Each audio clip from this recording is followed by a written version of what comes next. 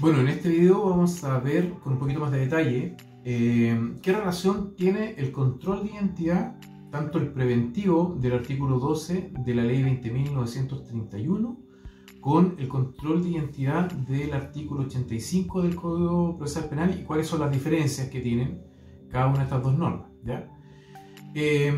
Bueno, en el origen de la reforma procesal penal lo que teníamos solamente era el control de identidad del artículo 85, ¿ya? Que establecía que una persona podía ser detenida frente a la existencia de indicios, en plural. ¿Y por qué hago entre comillas, digamos, la palabra indicios?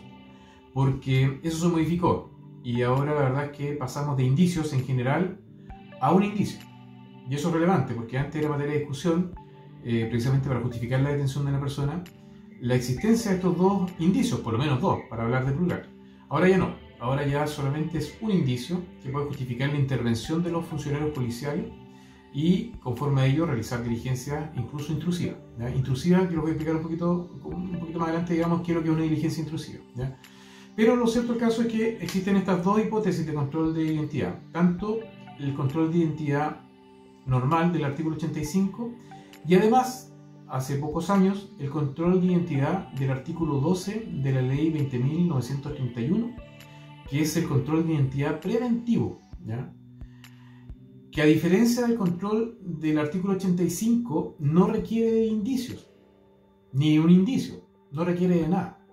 Carabineros e investigaciones tienen la facultad de pedirle la identificación a cualquier persona en la vía pública, a cualquier hora, ¿ya? Por lo tanto, es muy aconsejable que las personas cuando salgan dejen cualquier cosa en la casa, menos el carnet. ¿Por qué? Porque si se los pide Carabineros, se van a ver obligados a pasar un mal rato porque Carabineros no los va a dejar en libertad hasta que verifique quiénes son, ¿ya? ¿Cuál es el sentido de este control de identidad preventivo del artículo 12?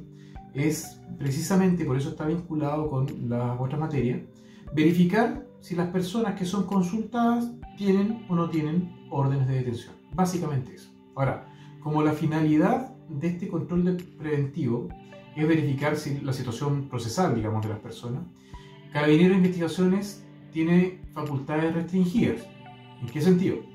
Que no pueden, en virtud de este control de identidad, realizar diligencias investigativas ni tampoco intrusivas respecto de los sujetos que son controlados, que son, en definitiva, las diligencias intrusivas.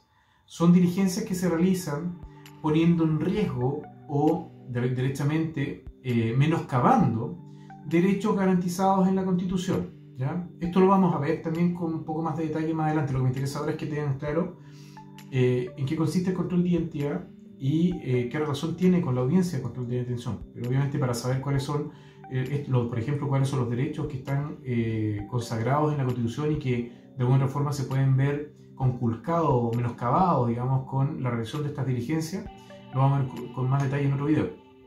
Pero, por ejemplo, en este caso, para graficar, el derecho a la intimidad, el derecho a que no nos revisen las pertenencias, el derecho a no ser registrado, el derecho a que mi equipaje, por ejemplo, no sea revisado, o mi vehículo. Esas son diligencias intrusivas porque en el fondo están menoscabando el derecho, digamos, que tengo yo a mi privacidad. Por lo tanto, en el control preventivo del artículo 12, Carabineros de Investigaciones solo se puede limitar a preguntar la identidad, y si está clara la identidad, que se acredita, dicho sea de paso, no solamente con el carnet, se acredita también con documentos de identificación oficial. Llámese, por ejemplo, la licencia de conducir o el pasaporte, ¿ya? Eso también sirve para identificarse. Ahora, ¿qué es lo que pasa si una persona no se logra identificar? Carabineros tiene la obligación de dar las facilidades para que la persona se logre identificar. Si llamar a un familiar, oye, traerme el carnet a la comisaría porque me controló Carabineros, o verificarlo de alguna forma. Ahí existe también que eso ya implica necesariamente un paso por la comisaría. La identificación a través del sistema biométrico, que es un sistema que a través de, me parece, fotografías se verifica si la persona corresponde o no corresponde, ¿ya? Y también está el sistema de identificación a través de la web, que es lo que es muy engorroso. La verdad es que las veces que hemos hecho ese trámite en tribunales ha sido en situaciones bastante complejas porque la persona ya pasó la barra de identificación que es la policía y llegó al tribunal con identificaciones que no son las que corresponden. Me ha pasado, digamos, que han llegado a tener personas que su identificación no es la que corresponde y tienen el nombre del hermano y se parecen en la foto al hermano. Ya nos ha pasado. Hay casos de eso, ocurre. No siempre, pero ocurre. Entonces, el control de identidad preventivo busca, en el fondo, indagar órdenes de detención. Y aquí empiezan las diferencias con el control de identidad del artículo 85, porque el artículo 85 lo que hace en definitiva es que permite que Carabineros, al momento de realizar este control de identidad, como tiene por fundamento un indicio, vamos a ver después de qué, Carabineros tiene la posibilidad de realizar diligencias intrusivas, como por ejemplo el registro de las vestimentas, el registro del equipaje y el registro del vehículo, ¿ya? Esas tres cosas son per se registrables, digamos, por Carabineros siempre y cuando exista el indicio. Y aquí es donde hay una discusión bastante interesante, porque si no hay indicio, el registro es ilegal. Ese es el razonamiento. No sé si ustedes recuerdan, bueno, a los que ven noticias y noticias penales, yo no las trato de no verlas porque como estoy todo el día metido en esto, trato de no ver muchas noticias penales. Pero no sé si ustedes recuerdan el caso de personas que fueron, dos sujetos que fueron detenidos por Carabineros y fueron revisados sus vehículos y les encontraron dentro del vehículo, me parece que en una maleta, unas armas. Esta persona fue declarada ilegal la detención y quedaron en libertad en definitiva. Entonces, ¿por qué uno dice Carabineros detiene personas que son sorprendidas cometiendo delitos, porque están cometiendo delitos, pero son dejadas en libertad? Porque no son, dicen, son tecnicismos, son mañas, no, mentira, eso es palabras de personas que no conocen el sistema. Lo que pasa es que el sistema penal, la ley penal, está hecha para protegerlo a usted, está hecha para proteger a cualquier persona, porque cualquier persona tiene derecho a que no se lo registre el equipaje o la vestimenta, o que no entren a la casa. Esos son derechos. Y no son derechos porque sí, son derechos que tenemos nosotros como seres humanos. Por lo tanto, no puede llegar Carabineros a revisarnos la maleta si no hay una causal que justifique que Carabineros intervenga. No quiero ponerme, obviamente yo he trabajado mucho tiempo como defensor, no quiero ponerme en este caso ser subjetivo, digamos, pero esto corre para todos, tanto para las personas que están vinculadas al ámbito delictual como para las personas que no estamos vinculados al ámbito delictual, me refiero cometiendo delitos, ¿ya? Los derechos son para todos, principio de igualdad ante la ley, eso es básico, por eso es que muchas veces se producen detenciones y la gente no entiende que esas personas muchas veces quedan en libertad o no se siguen los procesos en contra de ellos porque el procedimiento no está bien hecho, ¿ya? Ahora, siendo objetivo también, al principio de la reforma, tal vez la cantidad de situaciones como esta era mucho mayor, pero la verdad es que actualmente las policías están mucho más capacitadas que antes y cuesta encontrar procedimientos que estén de alguna forma en conflicto con los derechos que tienen los ciudadanos. Ya. Entonces, para avanzar,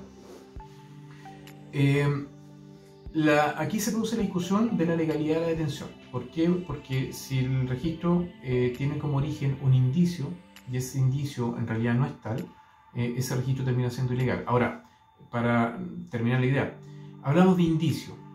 ¿Qué es un indicio en definitiva? Es un antecedente que da cuenta de la existencia de algo, ¿ah? Con eso, lo que hace el legislador es limitar que los carabineros no procedan a hacer actos, digamos, que vayan a poner en conflicto el ejercicio de estos derechos, por lo que se puede llamar el olfato policial, por ejemplo, ¿ya? Es que me tincó que el caballero porque andaba tarde en la noche, porque hizo algo raro, porque tenía una actitud sospechosa. Eso no puede justificar una detención, ¿ya? A pesar de que muchas veces puede pasar que sea cierto. Carabineros puede tener, digamos, la impresión de que algo está pasando, pero lo que pide el legislador para efectos de evitar que cualquier persona se detenía sin haber ninguna causal, y básicamente en este caso sea registrada sin ninguna causal, es que exista un indicio. ¿Indicio de qué? Indicio de que la persona cometió un delito o se apresta a cometer un delito. Si el tipo está mirando por el lado fuera de la casa, hacia adentro, si está moviendo la reja con algún grado de intención de tratar de entrar, eso puede ser indicio suficiente para que Carabineros intervenga y haga un control. Ahora, no abarqué este tema, pero el control más que el control, el registro tiene una finalidad que va más allá de la indagación de objetos para acreditar el delito y la participación. el registro tiene por finalidad también resguardar la seguridad de los funcionarios policiales. En el fondo yo veo una persona que posiblemente está cometiendo un delito, la registran para efectos de evitar que saque una pistola, saque un cuchillo o pueda agregar a un funcionario policial, ¿ya? Esa es otra de las causales que justifica el registro, ¿ya? Pero lo cierto caso es que el indicio puede ser o de que se cometió un delito o se va a afrontar una persona a cometer un delito, de que la persona tuviera información, por ejemplo, de que va a cometer un delito, o sea, perdón, de que se cometió un delito, que si yo vi, soy testigo, yo puedo intervenir, me refiero a Carabineros puede intervenir a esa persona para efecto que entregue esa información. También respecto a las personas que, ayuda a memoria, se encapuche o se embose para ocultar, dificultar o disimular su identidad. Y por último, cuando los funcionarios policiales disponen de algún grado de información para efecto de pensar que hay una orden de detención en contra. Como dije anteriormente, las órdenes de detención quedan en los registros, se verifica la identidad de la persona con el carnet, con la cédula de identidad, con el pasaporte o con la licencia de conducir, se ve el RUT, se pantalla y se verifica si tiene la orden o no. Así funciona en la práctica. Entonces, ya tenemos claro, digamos, qué relación tiene el control de identidad con la detención de una persona y cuáles son las hipótesis y las facultades que tienen las policías tratándose de control preventivo y tratándose de control de identidad normal, digamos, del artículo 85. ¿Ya? Nos vemos entonces en el otro video.